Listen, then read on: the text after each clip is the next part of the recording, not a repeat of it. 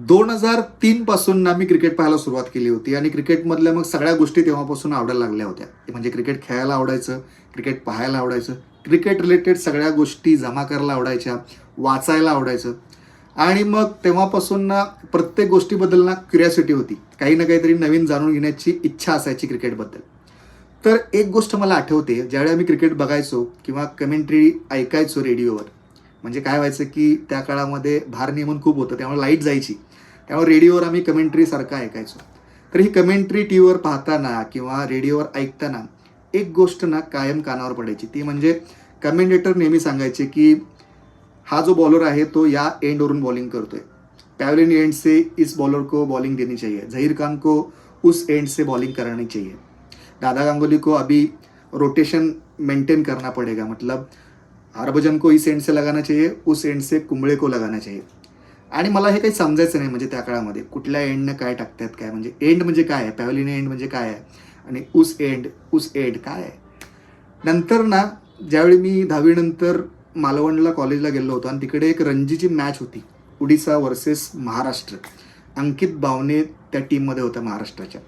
आणि ती मॅच बघायला ज्यावेळी मी त्या मैदानात गेलो, बोर्डिंग ग्राउंड नावाचं तिकडे एक मैदान आहे, तर अंकित बावनेला तिकडे पहिल्यांदा मी बॅटिंग करताना पाहिलं. तर इतका फास्ट बॉल क्रिकेटमध्ये टाकतात हे बघून तर मी शॉकच झालो होतो. म्हणजे टीव्हीवर पाहताना आपल्याला वाटत नाही की इतकी फास्ट बॉलिंग असते, पण ज्यावेळी मी पहिल्यांदा रणजीची मॅच बघितली की इतका फास्ट बॉल टाकतात आणि त्याच्यावर इतकी फास्ट रिॲक्शन बॅट्समन करतात, ते बघून ना पहिल्यांदा मला बॅट्समनबद्दलची ना इज्जत मनामध्ये खूप वाढली. नाहीतर आधी मी असं शिवाय द्यायचो, अरे काय बॅटिंग करतो, याला काय जमतच नाही, टी व्हीवर असं आपण करतो, असं करायचो. पण नंतर ना ओपनिंग बॅट्समनबद्दल तर खूप इज्जत वाढलेली होती. आता मेन मुद्दा म्हणजे काय की तिथं मॅच बघायला गेल्यानंतर मला पहिल्यांदा समजलं की एक ओव्हर झाल्यानंतर, म्हणजे एक ओव्हर संपली की पुढच्या ओव्हरला बॅटिंगची जी साईड असते ना ती चेंज होते.